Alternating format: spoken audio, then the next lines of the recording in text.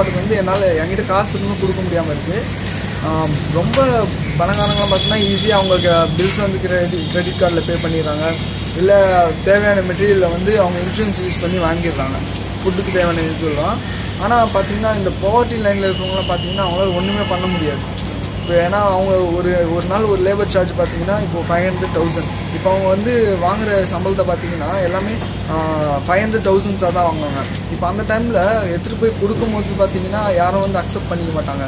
அவங்க வந்து அவங்களோட அன்றாட வாழ்க்கைக்கான தேவையெல்லாம் வந்து பார்த்திங்கன்னா அந்த தினமும் அவங்க சம்பாதிக்கிற கூலினால் மட்டுமே அவங்க வந்து அவங்க சாப்பிட்ற சாப்பாடு எல்லாமே பண்ண முடியும். இதனால் ஸ்கூல் சில்ட்ரன்ஸ் எப்படி அஃபெக்ட் ஆகிறாங்கன்னு பார்த்தீங்கன்னா ஸ்கூல் ஃபீஸ் கட்டுறதுல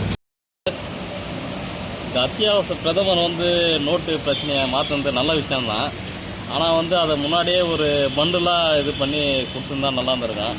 என்னை பற்றி சொல்லணும்னா நான் ஒரு நாளைக்கு 100 ரூபான்னு ஏடிஎம்மில் எடுத்து செலவு பண்ணுறேன். கையில் காசு இருந்தால் செலவாயிடணும், 100 ரூபா எடுத்து செலவு பண்ணுறேன். திடீர்னு பார்த்தா இந்த மாதிரி அறிவிச்சதுனால ஒரு 2 நாள் பார்த்தீங்கன்னா 10 ரூபா வச்சு நான் சென்னைக்கு வந்துட்டு போனேன்.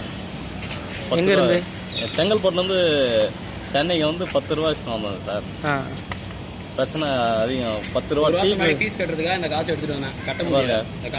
ஃபீஸ் எடுக்கிறதுக்காக 1000 ரூபா நோட்டு வச்சுன்னா ஒன்று செலவு கூட பண்ண முடியல, கட்ட பண்ண முடியல. கட்டலான்னு போனால் பேங்க்ல வாங்க மாட்டேன்றாங்க. இந்த பணத்தை தான் எடுத்துட்டு போனோம் ஃபீஸ் கட்டுறதுக்கு. எடுத்துட்டு போனோம் வாங்க மாட்டேன்றாங்க. நீங்கள் எங்கே படிக்கிறீங்க? இங்கே தான் படிக்கிறேன். மெட்ராஸ் யூனிவர்சிட்டி தான். இதனால் படம் நல்லா தான் பண்ணியிருக்காங்க. பட் இருந்தாலும் வந்து ஒரு சில இஷ்யூஸ்லாம் வந்து அவங்க பார்த்தாங்கன்னா நல்லா இருக்கும். ஸோ 2 நாள் அதை டெபாசிட் கூட பண்ண முடியல. அப்படியே நீங்கள் பேங்க்குக்கு போய் டெபாசிட் பண்ணி பேங்க்ல போய் டெபாசிட் பண்ணோம்னா 6,000 ரூபாய் இமீடியட்டாக எடுக்க முடியாதுல்ல. ஏன்னா ஃபீஸ் 7,000 rupees நான் கட்டணும். எத்தனை வாட்டி நான் ஏடிஎம் கார்டு போட எடுக்கிறது? டைம் ஸ்பேஸ் இருக்காது. நான் க்யூவில் நின்று அதை எடுத்துகிட்டு வந்து நான் ரிட்டர்ன் கட்டணும். 4 மணிக்கு பேங்க் க்ளோஸ், எனக்கு கிளாஸ் இருக்குது, எப்படி பண்ண முடியும்? ஸோ அதெல்லாம் நீங்கள் பார்த்து பண்ணியிருக்கணும். அதாவது ஃபஸ்ட்டு ஒரு 3 வாரங்களுக்கு மட்டும்தான் அந்த பிரச்சனைகள் இருக்கும், அப்புறம் சரியாயிடும் சொல்லிட்டு ஃபினான்ஸ் மினிஸ்டர் சொல்லியிருக்காரு. ஆனால் சொல்லிக்கிறாரு 50 நாள் ஆகும். அவர் 50 நாள் சொன்னார் ஃபஸ்ட்டு. அப்புறம் ஃபினான்ஸ் மினிஸ்டர் 3 வாரம் தான். இன்னும் நான் சேலரி கூட எடுக்கல சார்.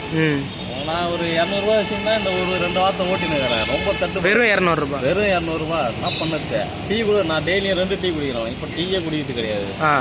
அந்த நிலைமையில் வந்துச்சு. சாப்பாடு கூட சாப்பிட்றது கிடையாது. ஒரு வேளை தான் சாப்பிட்டு வெளியே இங்கே சாப்பிட்ணுன்னா மினிமம் ஒரு 70 ரூபா ஆகுது.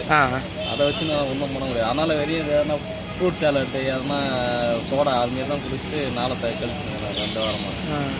பட் நல்ல விஷயம். கஷ்டப்பட்டாலும் நல்லது நடந்தால் ஓகே. பட் நல்லது நடக்கணும்னா மட்டும்தான் கேள்விக்குறி தான் அது.